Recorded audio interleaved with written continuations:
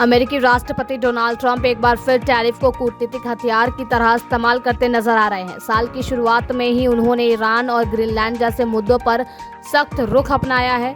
Greenland पर America के दावे का विरोध करने वाले 8 देशों को ट्रंप ने 10% टैरिफ लगाने की चेतावनी दी है, जिससे वैश्विक स्तर पर तनाव बढ़ गया है।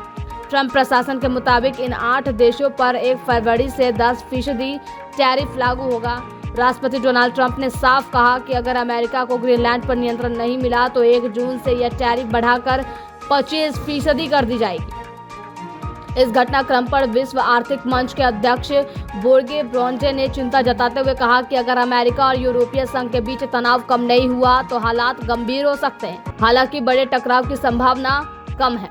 टैरिफ को लेकर अमेरिका और यूरोपीय संघ के बीच जवाबी कार्रवाई शुरू हो गई है। ट्रंप की धमकी के बाद यूरोपीय संघ ने अमेरिका के साथ चल रहे ट्रांस अटलांटिक व्यापार समझौते को रोकने का फैसला किया है।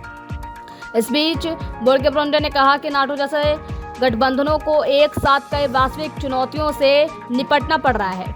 दावोस में आयोजित वर्ल्ड इकोनॉमिक फोरम के दौरान ब्रोंडे ने कहा कि नाटो की मौजूदा संरचना में कोई बदलाव नहीं हुआ है और वैश्विक व्यापार का करीब 75% अब भी WTO के नियमों के तहत हो रहा है। हालांकि उन्होंने माना कि इस समय अमेरिका, यूरोपीय संघ और नाटो के रिश्ते बेहद नाजुक दौर से गुजर रहे हैं। अमेरिकी राष्ट्रपति डोनाल्ड ट्रंप भी बुधवार को दावोस सम्मेलन को संबोधित करने वाले हैं। उनके साथ वित्त मंत्री स्कॉट बेसेंट, विदेश मंत्री मार्को रूबियो और वाणिज्य मंत्री हवर्ड लटनिक मौजूद रहेंगे।